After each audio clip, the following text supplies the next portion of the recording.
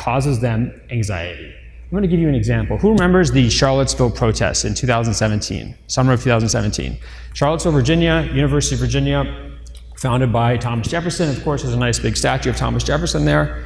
Thomas Jefferson was the author of the Declaration of Independence, one of the leading thinkers of the American Revolution, a man who believed in freedom of democracy, and a man who had a lot of slaves and had children with one of his slave women, right? Those children were then also slaves. He eventually freed them, but they were also slaves. So there were a lot of protesters at University of Virginia saying slavery is an evil. It's history's greatest crime. It's wrong no matter where you are or when. And we don't want a statue of a guy who was a slave owner and who raped a slave woman up in front of our university. That's a pretty good argument, right? I mean, that's like a pretty good logical argument. Slavery is evil. This guy did slavery. Statue's got to go. Donald Trump came out. And he summarized the situation in a way that remarkably only he could do. He said, George Washington's a slave owner. Are you going to take down statues of George Washington? Imagine taking down every statue of George Washington. Imagine renaming everything that's called Washington. It's topographically or toponymically exhausting to think about that, and it's just impossible politically in the United States to talk about this issue. Wait a second, we have a contradiction here. Slavery is evil. George Washington was a slave owner. Why do we name everything after him? So this is what I call the slavery conundrum. There's an American slavery conundrum and there's an Islamic slavery conundrum, and they're very similar to one another, but I'll give you basically the slavery conundrum. The slavery conundrum is that there are three axioms that we have to hold in modern America and in the modern West and maybe in the modern world. There's three axioms we have to hold in our mind, but it's impossible to hold all three in your mind at the same time because they're contradictory. What are they? First, slavery is an intrinsic and gross moral evil. What does that mean? Intrinsic. It means that slavery itself is evil. It's not slavery is evil because it makes you sad. It's not slavery evil because you're miserable. It's not slavery evil because it causes abuse of rights. Slavery in and of itself is evil. And it's not just, a little evil like me, smacking Yasser on the back of the head for no reason.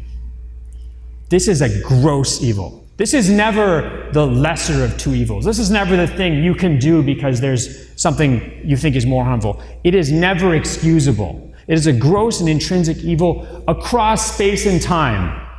What do I mean across space and time? Was slavery wrong when Thomas Jefferson did it? Talk to me like Americans. Tell me, give me the American answer. Was slavery wrong when Thomas Jefferson did it? Yes. Okay, was slavery wrong during the Roman period? Yes. Was slavery wrong during the Egyptian times? Yes. It's throughout space and time. Second, so that's the first axiom. What's the second axiom?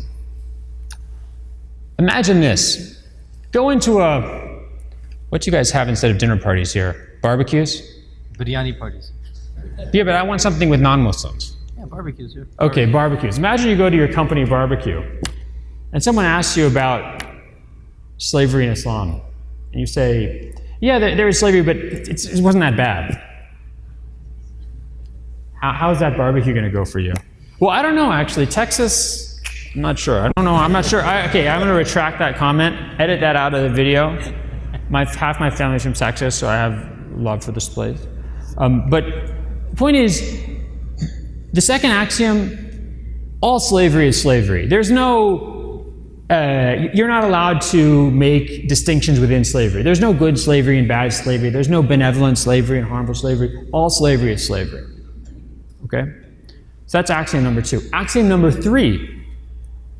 Our past has some kind of moral or legal right over us. It has some kind of moral or legal power over us. It has some kind of moral or legal authority over us. If you're a Muslim, we know what that is, right? The Quran and the Sunnah of the Prophet are our sources of guidance and morality.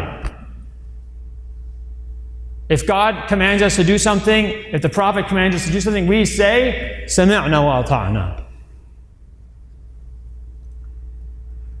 Right? What is justice? It's what God commands. What is injustice? What God forbids. If you're American, maybe it's not that dramatic, but the Constitution, the Founding Fathers, these people have authority over us. I mean, we might disagree with them, but their ideas, their writings define our political life. Right? I mean, try going into a barbecue and just say, you know, George Washington was a real piece of, you know what. See what happens. You know? It's not going to go very well. What's the problem here? These three axioms cannot be held at the same time. So I say, okay, yes, Thomas Jefferson had slaves, but it was different back then. You can't say that. Slavery is a transhistorical evil throughout space and time. Yeah, there is slavery in the Bible, but slavery in the Bible is not that, it's not like slavery in America, it's not that bad. Oh, you're saying there's some kind of slavery that's okay? So here's the problem. There is no religious or philosophical tradition that I know of, and I've done a lot of research on this. There is no philosophical or religious tradition that I know of that did not either defend, accept, or condone slavery until the 1600s, at the very earliest 1600s. So there's nobody who's going to be okay to follow. There's no one who's going to be free of the taint of slavery from world history, essentially, before the 1600s. So we have a problem. We have two axioms, slavery is a gross and intrinsic evil throughout space and time, all slavery is slavery, that force us to condemn everything in our past, essentially, whether you're Americans or Muslims, or Hindu or Buddhist. That's a really big problem. So we have in our minds a knot that something that actually cannot hold together. It can't hold together.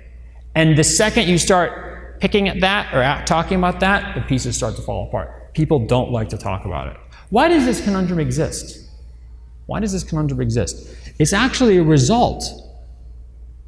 It's also a result and a product of abolitionist discourse. So abolitionist discourse in the United States and Britain from the late 1700s into the mid 1800s argued that all slavery was a gross and intrinsic evil that had to be gotten rid of immediately. Why did it make this argument? If you're an abolitionist and you're willing to talk about some kinds of slavery being good and some kind of slavery being bad, what is the slave owner you're arguing going to say? Oh, look, yeah, I agree with you. Slavery is evil. I mean, when it's done badly. But my slaves, come look at them. They're so happy. Look how good I take care of them, right? Or yes, we know slavery in maybe the Caribbean is bad or in the Americas are bad, but slavery in India, this is very different, right? This is not severe. So the second you start allowing distinctions within this concept of slavery,